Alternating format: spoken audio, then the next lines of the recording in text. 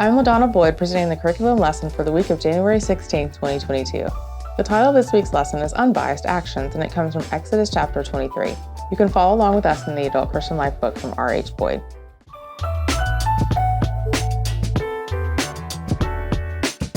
In this week's lesson, we explore God's order for justice in Israel. In God's sacred community, justice was to be a fair opportunity attainable to all.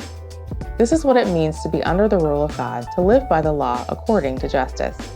This is based in the values of honesty, equity, equality, and impartiality. The justice that God desires for His people and His society is the kind of justice that we should be striving to attain in our communities. Justice is not determined by the majority, because the majority can be wrong, but justice is to be set by that which God says is right. This lesson is fitting as we observe the life and legacy of Dr. Martin Luther King Jr. this weekend. The fight for justice and equality never ends. It has been a call to action, especially for the community of faith, since biblical times. Disadvantaged groups have cried out to God for generations, and there are many biblical lessons on overcoming our enemies. Without truth, there can be no justice. Though it is easy to grow weary, we must find strength in our faith to stay on the right path.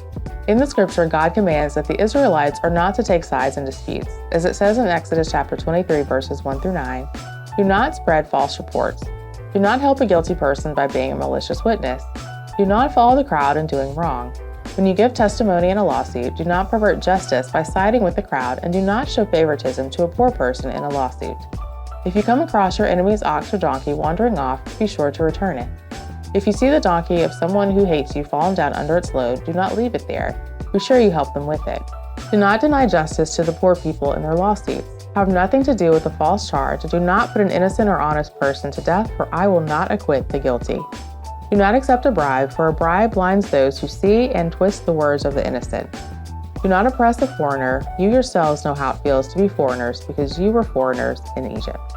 Though these instructions were from God to the Israelites, each one is very relevant in today's society and our temptation.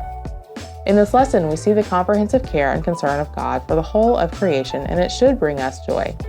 Be diligent to be a witness of God's concern. Find ways to alert others of God's concern and love for them, their situation, their souls, and every facet of their lives. Again, I'm LaDonna Boyd, and I hope that you enjoyed this week's lesson. Don't forget to like, share, and comment below. Also subscribe to our YouTube channel and check us out on our social media accounts at RH Boyd Co. and visit our website, www.rhboyd.com, for news and updates.